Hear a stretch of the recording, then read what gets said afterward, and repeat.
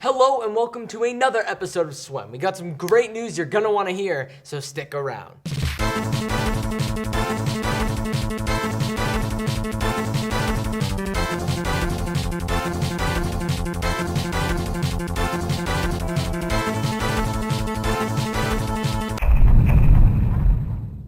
SATs are coming up at the end of the month, so be prepared and we'll touch on it more for the weeks to come. That's all for main news. Now we're going to kick things off with a continuation of last week's question of the week with Jack, where he talks to teachers about their input on the phone policy.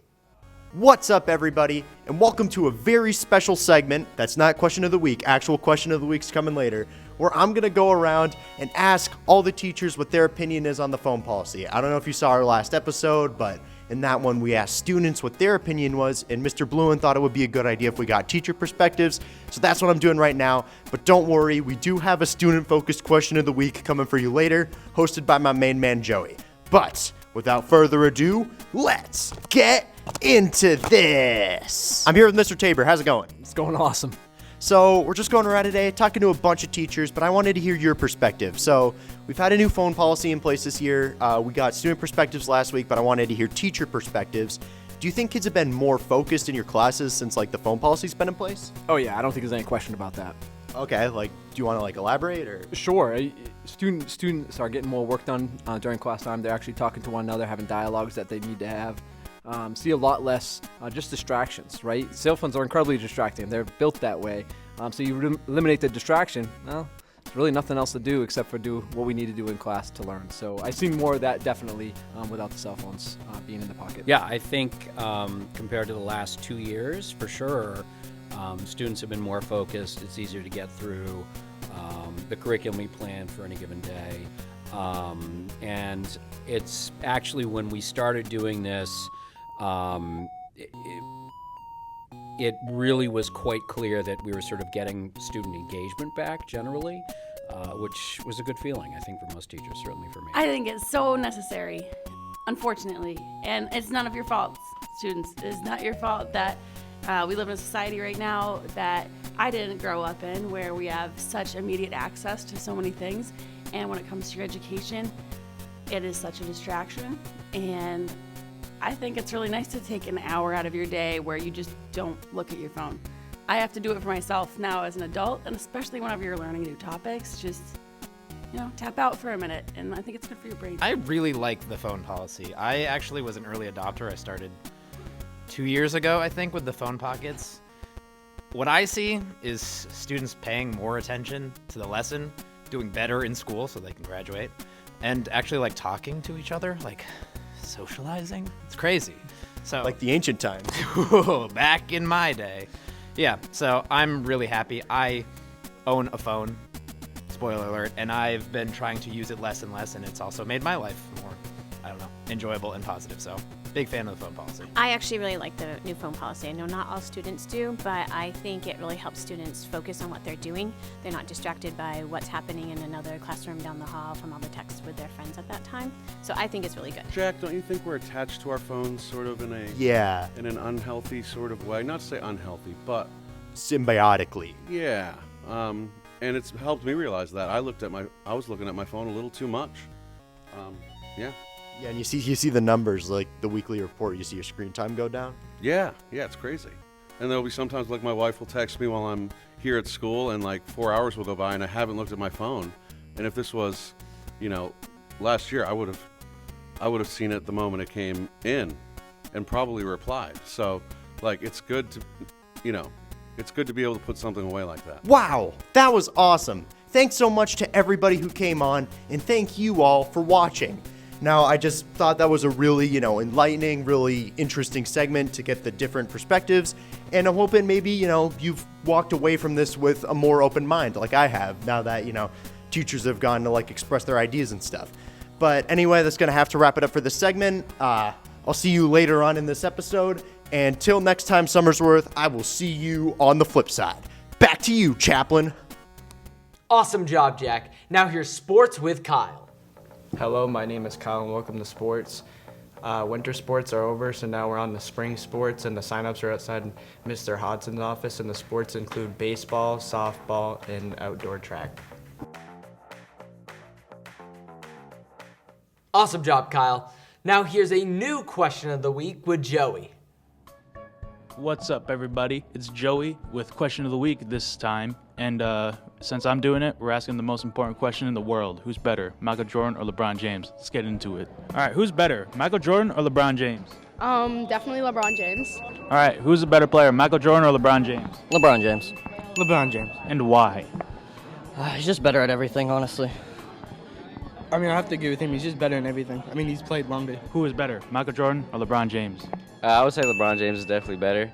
He's been better at everything for way longer, so the proof is in the pudding. Michael Jordan or LeBron James? Oh, Michael Jordan, easy. Why?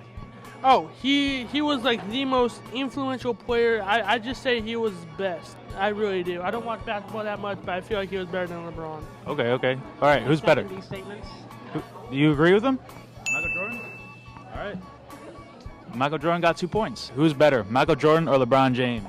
LeBron James. Why?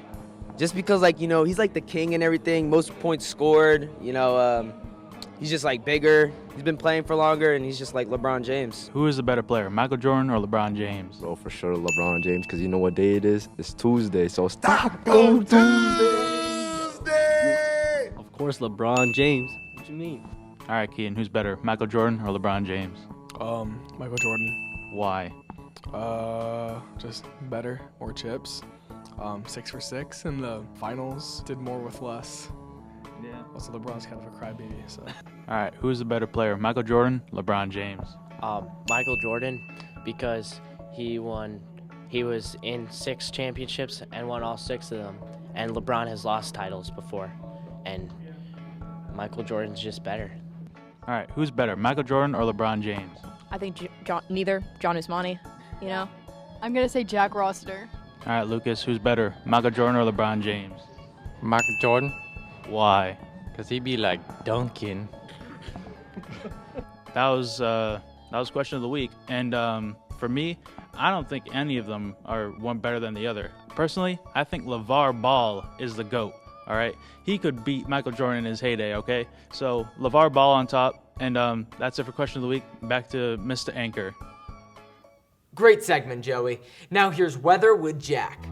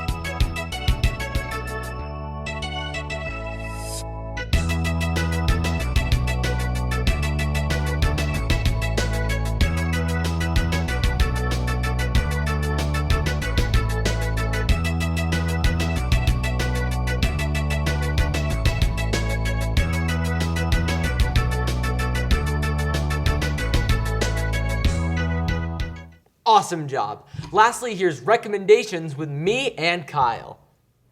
Hello. Welcome to Recommendations. The dynamic duo is here. I am Chaplin. And I'm Kyle.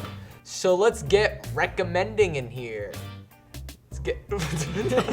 For show, I recommend Loki because it has good character development and Loki is green and very cool. For show, I recommend Invincible because a new episode just came out and it's pretty freaking cool. They all beat each other up. We're back at the table. For mode of transportation, I recommend the unicycle. It's incredibly diverse. It's incredibly versatile. Yeah. I recommend helicopters because they spin and they're super fast and they get me everywhere. Yeah, so do unicycles. The unicycle. Yeah, dude. This one. For album, I recommend Melodic Blues by B.B. Keem and Kendrick Lamar. For album, I recommend A New Sound by Jordy Greep. It's so good. The songs are a bit longer, but overall, each one hits. I mean, there's not a miss on that album at all. I recommend Motorbike specifically. That song's amazing. For movie, I recommend Fantastic Four: The Rise of the Silver Surfer because it's a good movie and I love the Fantastic Four. Lastly, for movie, I recommend Dogman. It's such a funny, fun experience. It was such a great watch. Please go see it.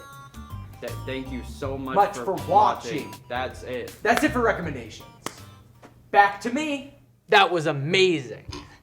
That's it for this week's edition of SWEN, and we'll see you next week with some more school news.